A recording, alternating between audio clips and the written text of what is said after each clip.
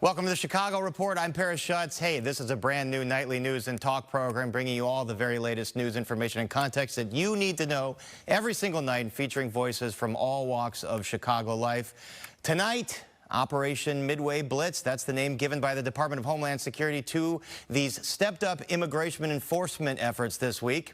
Immigrant rights groups are on edge as the White House says they are targeting sanctuary cities the most. Governor Pritzker, meanwhile, worries it's all pretext for something else. We're frankly standing up and speaking out and ready to take them to court and do everything that we can to protect the people who live here from what Donald Trump is trying to do, which is to disrupt the country, not because he's going after criminals, but because he has a nefarious plan, frankly, to bring military into cities so that ultimately in the 2026 election, people will be normalized to the idea of militarization during the next election so that he can affect the outcome of that election. When ICE goes out to conduct a targeted operation to deport illegal criminals from our community, they are doing so with intelligence. They are doing so with law enforcement sources. They are doing so, in most cases, with the backing of local law enforcement who know exactly where these illegal alien criminals and drug traffickers and drug dealers are hiding in plain sight in American communities. And protest groups have been marching all evening in the Loop, down Michigan Avenue, stepping off in Grant Park and headed toward Trump Tower. And we'll bring you some of the images of those protest groups that have been, there they are right now. Looks to be near the Chicago River there around Michigan Avenue, making their way to Trump Tower. Not far from here, but joining us to weigh in are our all-star panel of Robert Pape, who is the director of the University of Chicago Project on Security and Threats. Mr. Pape recently penned an op-ed in the New York Times called "Chicago Could Be a Powder Keg."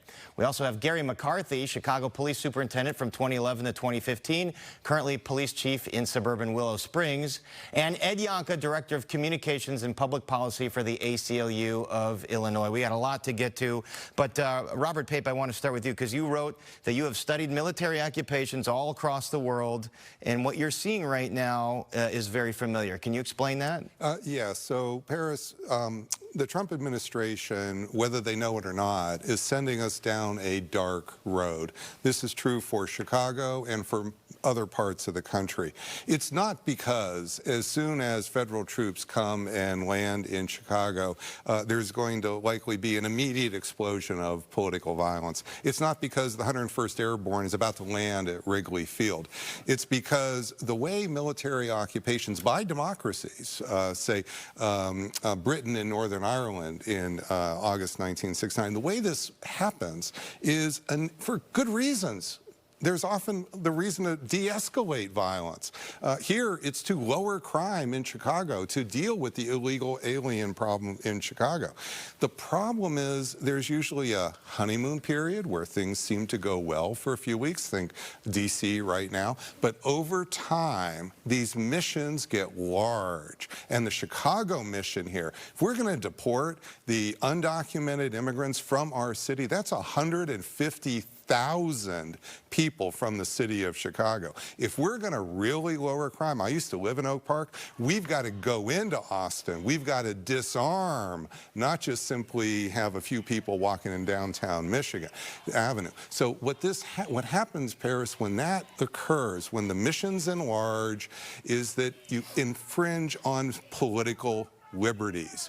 Necessarily, it's not because the troops are trying to do that, it's because it's just part and parcel of what's going to occur. But this is kind of like what Governor Pritzker has warned, that it could lead to protests that could get ugly, it could lead to confrontation. But I want to bring you in, Gary McCarthy, because this debate over whether the National Guard should be sent in, you know, you were police chief, the National Guard, as we know, they can get called up in these big, large-scale events. If there's riots, and their job is usually guarding critical infrastructure or maybe helping with crowd control. So is there a legitimate role in the day-to-day fighting of crime? Well, here's the thing. First of all, if I was superintendent, I would not want somebody else to come here and do my job. Maybe it's my pride, but that's me.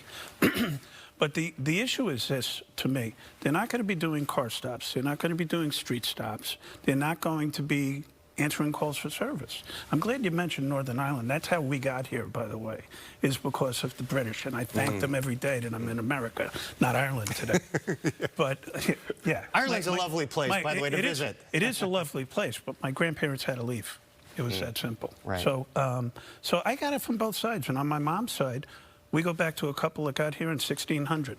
So I've got it from both sides. But from the law enforcement standpoint, I would take the help. And I said this on TV a couple of times. I would reach out. I would have a plan. You guys do this, we'll do that. And I think that they could help with things like the retail thefts that we're experiencing in places like Michigan Avenue. And if you park an armored vehicle in front of a store, I don't think somebody's going to drive a car through the front window and take all the Rolex watches.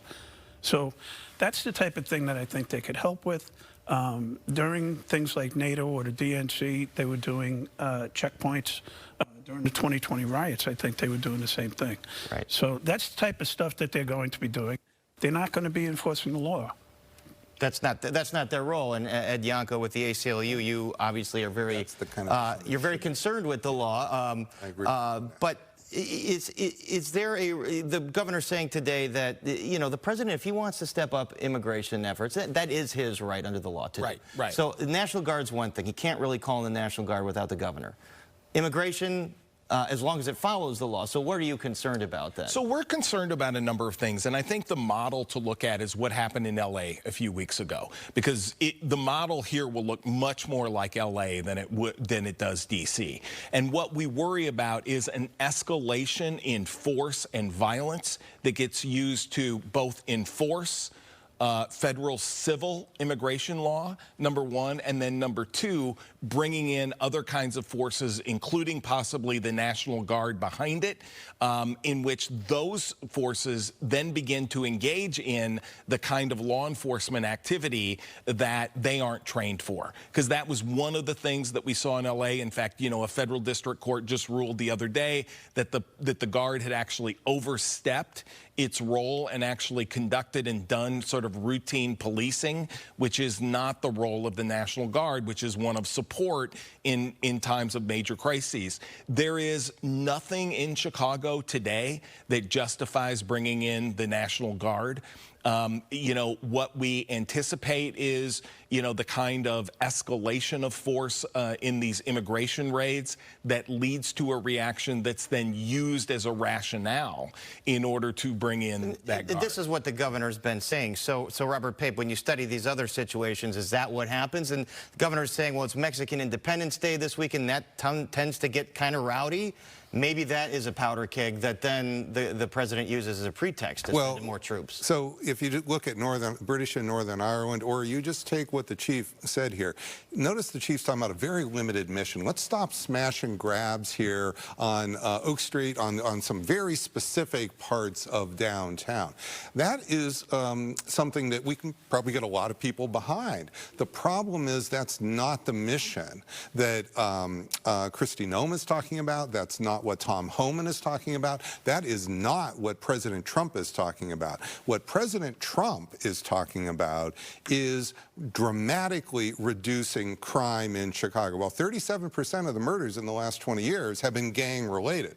So unless you go after the gangs, hammer and tong, this is not going to be down for more than a week or two or some temporary period of time. He's talking about immigration. He's talking about not keeping people safe, the illegal immigrants safe. He's talking about physically deporting them. And we just saw in Georgia what that could look like. Well, imagine going to the 400 school. plus people. Well, but imagine where you're going to go to do this. You're going to go to some of the key neighborhoods, Hispanic neighborhoods of Chicago. You're going to do reconnaissance. You're going to do checkpoints around schools, supermarkets. If you're really going to deport even half of the 150,000, this is going to be oppressive military force. Speaking of that, we're looking at that social media post spoofing Apocalypse Now, but saying Chicago's going to find out why it's called the Department of War. I mean, far be it for me to interpret the president's intent here, because I don't think anyone really can. Unless you are the president, you don't know what he really means. But it's pretty. I haven't heard what their mission would be. And I think we're mixing apples and oranges. You're talking about the deportations, which is ICE and federal authorities, and then the National Guard is simply deployment. They're not going to be handling calls for service, like I said. But wait a second. Nor should they be. Right, nor should they be. But let's take them at their word. And I think the professor raises a really important point. When Kristi Noem went to L.A., after the guard was deployed there, she said that the guard was going to remain until the Trump administration liberated. That's the word she used. Exactly. Liberated the people of California and the people of Los Angeles from their political leadership. That is not a mission that's about crime. That is not a mission that is about immigration. And when you look at that graphic where you're talking about attacking a major city, you're literally talking about usurping the authority. I think that sometimes we discuss things like crime and we discuss immigration and we do that. The reason the President of the United States does not like Chicago is because a majority of the voters in this area and majority of the elected officials don't agree with his political principles. All right, and this language and this rhetoric is already affecting how parents in Chicago are physically behaving. Just this weekend in the Chicago Tribune, there's a detailed story about how parents in Pilsen are organizing to protect their children as they take them to school. So, you know what, we got to leave it. You think that has nothing to do with the rhetoric? You guys are already down a road that hasn't been built. I think the rhetoric is building the road. Respectfully, I mean, I just think it's building the road already. And it's the governor was just on this talking about what's going to happen in 2026.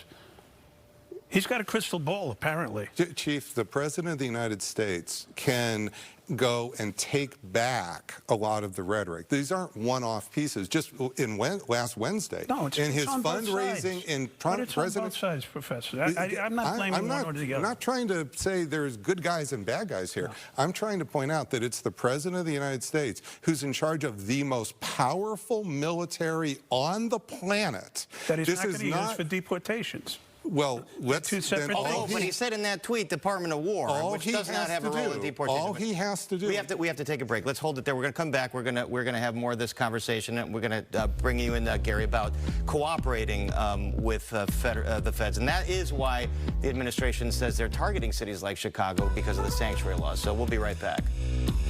All right. So as you can see, this conversation has been going on throughout the break. But I want to bring you in. We were talking about where we're going for dinner. Yes.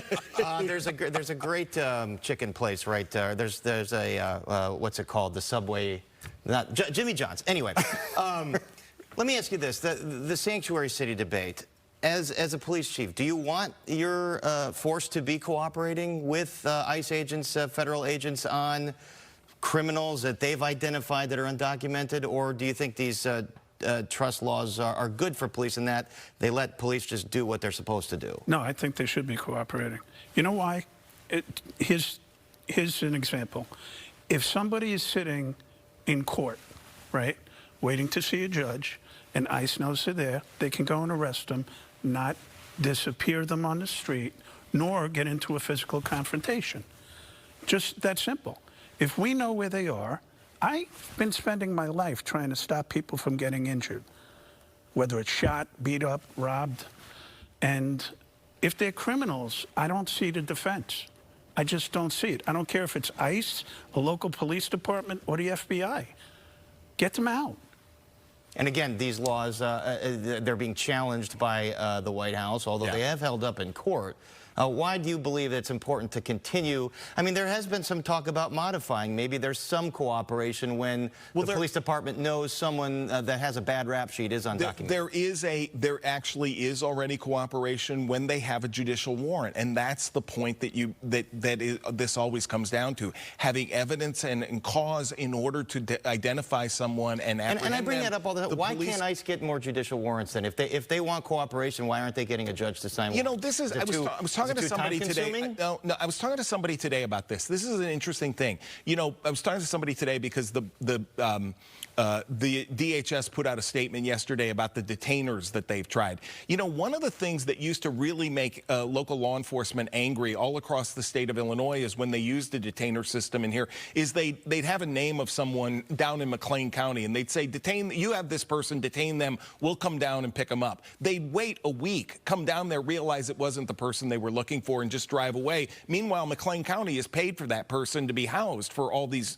for all these days, and that person is now angry at McLean County because they've kept them in jail 7 days longer than they needed to be. Part of it is the imprecision that's been brought to the immigration system and has made that harder. But we actually have data over a longitudinal time. We've had a couple decades of these kinds of so-called sanctuary laws that have looked at this, and communities that work with police actually are safer than those that don't. All right, do you see that in practice? I know I have seen the data that says that. Of course that's the case.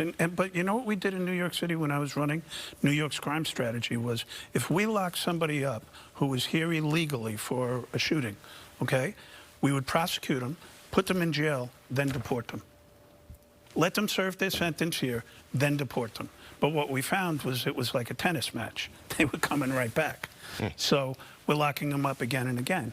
But I think that something like that should be examined. If they're a criminal here, let them do their sentence here. You have time to do the investigation. Exactly. So nobody has to go to McLean County. Right. Right. Yeah, so that's a very interesting point that hasn't really been talked about. Robert Pape, you see the protests. You see what could happen during Mexican Independence Day. The governor keeps saying peaceful, peaceful, peaceful. Is that something you worry about, that they don't stay peaceful? Well, I'm worried because we've done what is now the only representative survey of Chicago. So in July, after LA, our center at the University of Chicago did a representative survey of Chicago on this issue. It is in the New York Times piece you mentioned. If people want to go to the New York Times piece, published last Friday, they get the top line results. We worked with NORC at the University of Chicago. Your company works with NORC at the University of Chicago. It's the most respected polling agency on the planet. And we know what Chicagoans think. Now, we don't know what they think this week. We know what they think in July. 60% of Chicagoans do not approve of how Donald Trump is handling immigration, including deportations. To be clear, 20% do, and 20% are not sure, but 60% do not approve. We also know that 28% of Chicagoans believe that if they go to a protest and it turns violent, they're staying.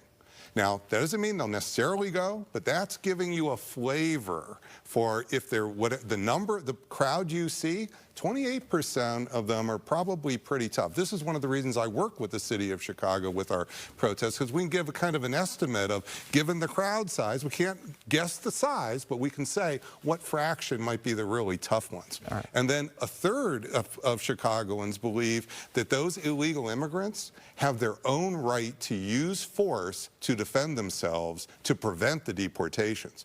So again, this is not a picture of they're welcoming in the feds. This is a picture of, this is a really touchy situation already. There's a lot of people that are perhaps girded to really explode over this. And I should mention, there was a group, M3 did a poll saying 70% opposed the military in Chicago, and this was funded by a conservative PAC, the Law and Order PAC. So clearly a lot of data saying Chicagoans are not so keen, although there are some, that does mean that 30% do, and they found in Latino and black neighborhoods the percentage was actually higher. But we have to leave that conversation here. There's so much to dig into. I hope you guys will all come back and we can keep talking about this. Robert Pape, Gary McCarthy. We're going to go to dinner and continue the conversation. Okay, bring a camera. Film it on your iPhone so we can do it as a web extra. You know what? I want to remind everyone, catch the entire first season of Wearing the Badge anytime on Fox 32 through Fox Local, available on all streaming TV platforms, from debates over the Safety Act. That's a great picture. What are you talking about? You look like you're in charge. I look angry. Oh, I am. Sorry. You have resting whatever it's called face. Yeah. Are we allowed to say it? Oh, no. I'm streaming. All right. When we come back, Congress is already a strange place, but members of the White House today, or members of the House, heard witness testimony about unidentified aerial phenomena, or UAPs. So what did we learn? From a number of whistleblowers, specifically military pilots, that the reason for not coming forward publicly is out of fear that speaking out would cost them their flight status and potentially their careers. This is unacceptable. We cannot protect our airspaces if our best trained observers are silenced. Yeah. Yeah, Congress got an earful today on the existence of unidentified aerial phenomena, some that were caught on tape seeming to defy the laws of gravity, and one that actually deflected a Hellfire missile launched at it. Does that mean it is not of this world? Some former government workers and witnesses describe what they believe is the government keeping a humongous secret, and you heard the Florida Congresswoman Anna Paulina Luna there saying she wants to change that because there is legislation that would disclose all of this information on UAPs. And joining us now is Daniel Sheehan, who we spoke with a couple of weeks ago, who is an expert on this and working with the witnesses. Danny, thanks again. This tape of the UAP that deflected that Hellfire missile, how big a deal is that? That's a big deal. That's a big deal because it is a mechanism by means of which the UFOs can obviously completely defend themselves in a non-aggressive way against any kind of assault that is mounted against them by any of our military aircraft. Now that's a technology obviously that the United States military is very interested in copying. They would love to figure out what that is so they could equip our jet fighters and stuff with that same technology to be able to repel incoming missiles. Are you saying, though, that is evidence that is not of this planet, that there is no technology that could do that? That's right. There is no technology that can do that that we know of now. But on the other hand, there's no technology that can actually go from 80,000 feet from outer space down to the surface of the ocean in 0.7 of 1 second and stop instantly generating 6,000 pounds, 6,000 Gs of pressure on the craft. Now, that all these things that these UFOs are doing are things that nothing in our arsenal and nothing in the Russian or Chinese arsenal can do. And so the Congress is confronted now by, what is this? Yeah, we just saw it deflect that missile. The missile hits it, and then it just kind of just dodges a little bit. Yes, just blows it, just turns it aside. It's almost like a Tai Chi move. It just kind of just turns it aside and makes it go around it. So that these are technologies that are being displayed all around the world right now. And the Congress of the United States is trying to find out what it is that's going on. And the United States Pentagon and the Central Intelligence Agency are lying to Congress repeatedly, saying, no, there's nothing like this. This is not true. There's none of this technology that seems to be something we can't explain away, and it's just lying to Congress, and Congress knows it. Well, you were at the hearing. You were at the hearing today. You've been meeting with some of these Congress members. Do you see momentum that they want to pass this UAP Disclosure Act, which would supposedly disclose all these secrets? Well, there's obviously momentum to get it passed. The problem is that the private aerospace corporations who want to patent the technology and be able to make billions of dollars by leasing it or licensing it back to the United States are opposing revealing all of this stuff. And they're supported by the Central Intelligence Agency and some of the special operations in the military. That they want to keep this secret so they can develop it into a weapons program and are lying to Congress about it. And they're embezzling money, billions of dollars from other programs to secretly funnel into this program while they're pretending that UFOs aren't real. That's what's happening here. So the question is whether or not the substantial majority of the members of Congress in the House and Senate who want to get at this information can overcome the activities of the national security state. Right. The deep state is opposing revealing this information. All right, Daniel Sheehan joining us from Washington with the hearing. Thank you very much, Danny. Hope to talk to you again soon. We are out of time for Chicago Report. Join us tomorrow and every night this week for more of these great conversations. So long, everyone.